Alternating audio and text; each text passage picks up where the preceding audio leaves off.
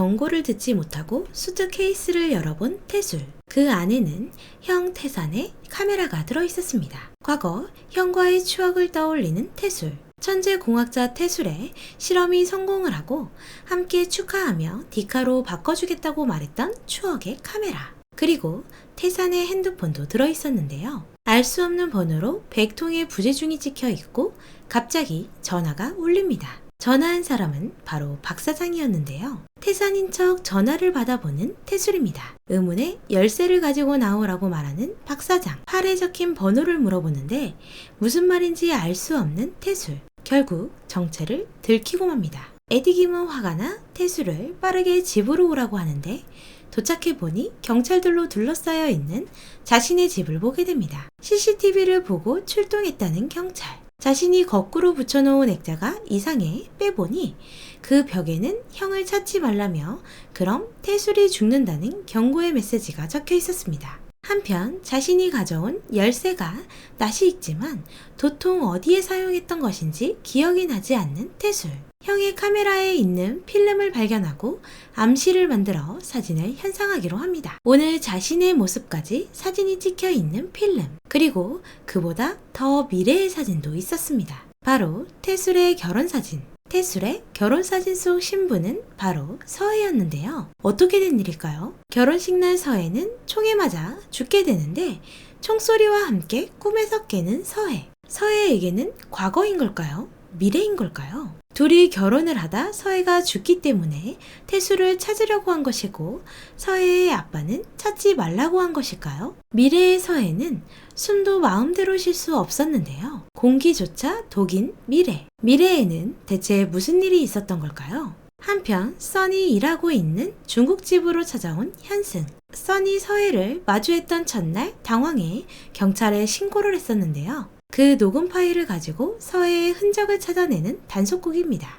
손짓 하나에 사장님은 순간 멈추게 되고 연식에게 뒤처리를 하라는데 대체 무슨 짓을 한 것일까요? 가방 싸고 나온 서해는 부산으로 가겠다고 말합니다. 태술의 위험을 깨닫고 나오는데 써는 로또 번호를 써달라고 협박을 하고 팔을 붙잡다 옷이 찢어지며 또다시 지지직거리는 홀로그램처럼 변해버리는 서해. 저 효과는 미래에서 불법으로 오게 되어 불안정하기 때문에 발생하는 현상 같습니다. 놀란 써는 잘못했다고 빌고 그런 써에게 함께 부산에 가면 로또 번호를 주겠다고 말합니다. 숫자 하나씩 써가며 써를 협박하는 서해.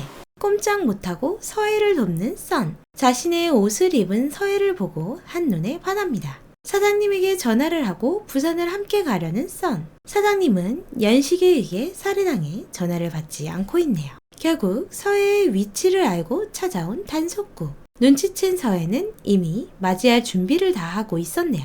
총을 든 건장한 남자 3명을 한 방에 무너뜨리는 서해. 월세집을 다 부셔버렸는데 너무 민폐형 캐릭터 아닌가요? 근데 시지프스의 카메라 전환이 매우 신선하네요. 아주 어지럽고 정신이 없어요. 한편 한 대도 안 맞고 도망을 쳤지만 결국 현승에게 잡히게 된 두 사람. 하지만 옥상에서 뛰어내려 쓰레기차에 떨어져 살았습니다. 한편 태술은 형 태산에 유골함이 있는 곳을 찾았는데요. 형이 죽었다는 것이 믿기지 않는 태술은 태산의 유골을 가져가 형이 맞는지 검사해 보기로 합니다.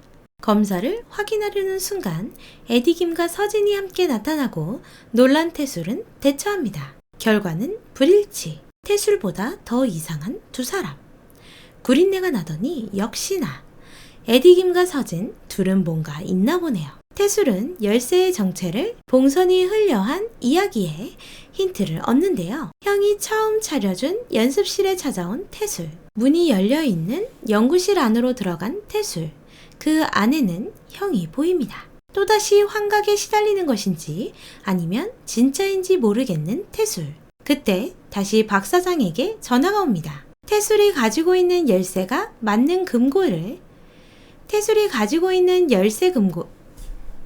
태술이 가지고 있는 열쇠가 맞는 금고를 박 사장이 가지고 있다고 말하는데 박 사장에게서 형이 죽은 것이 아니라 살아있음을 듣게 됩니다. 태술을 찾아온 의문의 차량들. 박 사장이 도착하기도 전에 단속국이 먼저 왔네요. 단속국에게 잡히지 않도록 도망가라고 말해주는 박 사장. 태술은 단속국에게 잡히지 않기 위해 연구실 안에 있는 고물들을 폭발 장치로 만듭니다. 그렇게 탈출한 태술. 봉선이 운전한 차량에 탔는데 역시나 현승에 의해 기절했습니다. 결국 단속국에 잡힌 태술. 어디론가 끌려온 태술은 하나씩 살펴보며 들어가는데요. 사람의 형태를 하고 발버둥 치고 있는 실루엣들이 많이 보입니다. 이곳은 그저 국가공무원의 일터라고 보긴 힘들어 보이네요. 하얀 방에 갇히게 된 태술. 어딘가 불안한 태술은 약을 먹으려는데 약도 떨어진 상황입니다. 현승이 들어와 서해에 대해 물어봅니다. 수트케이스를 내놓으라며 태술을 협박하기 시작하는 현승. 형의 이야기를 하는 현승에 놀란 태술은 화를 내고 그런 태술에게 연식은 총을 쏩니다. 그 순간 태술은 집에서 눈을 뜨는데요. 와, 이게 무슨 신기술이죠? 총 한 방에 집으로 데려다 주다니. 직장인들에게 꼭 필요한 물건 같습니다. 자신의 옛 연구소에서 본 부산 컨퍼런스가 생각난 태술은 부산으로 떠나게 됩니다. 서해 역시 부산으로 떠났는데요. 둘은 부산에서 만나게 될까요? 썬에게 로또 번호를 남기고 떠난 서해. 썬은 뒤늦게 쫓아가 보지만 결국 놓치고 맙니다. 아직 알 수 없는 존재들과 스토리로 넋을 놓게 만드는 드라마 시지프스. 다음 주 예고에서는 태술의 강연장에 나타난 태산이 보이는데요. 태산을 붙잡을 수 있을까요? 또한 서해와 태술 역시 만나게 됩니다. 하지만 박 사장에게 잡힌 두 사람. 미래에 가게 되는데요. 마치 공사장을 방불케 하는 미래. 공허함까지 느껴집니다. 과연 태술은 형 태산을 다시 만날 수 있을까요? 그리고 단속국에서 원하는 건 과연 무엇일까요? 다음 주가 더욱 기대되는 드라마 시지프스였습니다. 오늘도 재미있게 보셨다면 좋아요, 구독 부탁드립니다.